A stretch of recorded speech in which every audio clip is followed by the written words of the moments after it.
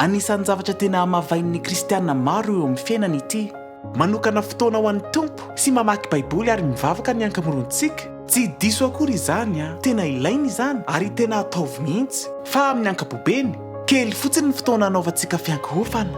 Ny sasany amintsika dia any am-piangonana miaraka ampino ihany no manao fiankohofana. Ary zava-dehibe izany mazava ho azy. Fa betsaka aminareo ny ombon-kevitra rehefa miteny aho hoe tena hafa mihitsy ny miankohaka amin'Andriamanitra samirery. Rehefa tsy misy mahita ianao, rehefa tsy misy olona manodidina, milaza aminy mitsotra izao hoe mahagaga ianao, be fitiavana ianao, iza ny toanao.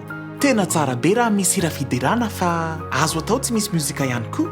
Ry namako, arakaraka ny hiankohofanao aminy no mampitombo ny fitiavanao azy. No ahitanao ny fitiavany ianao ary vao maika androso amin'ny finoanao ianao.